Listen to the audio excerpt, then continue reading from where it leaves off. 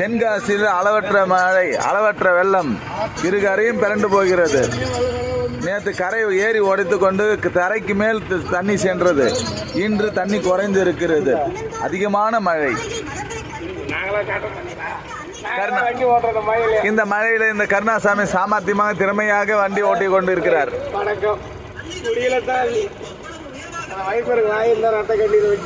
நாங்கள் வண்டி எடுத்து வியாழக்கிழமை வண்டி எடுத்தோம். வியாழக்கிழமையிலிருந்து இன்று சனிக்கிழமை ஈவினிங் 5 o'clock ஆகுது.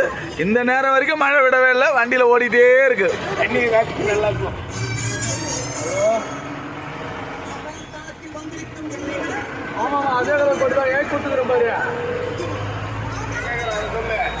தென்காசியிலிருந்து ஸ்ரீவல்லிபுத்தூர் ஆண்டாள் அம்பாள் கோவிலுக்கு சென்று கொண்டிருக்கின்றோம்.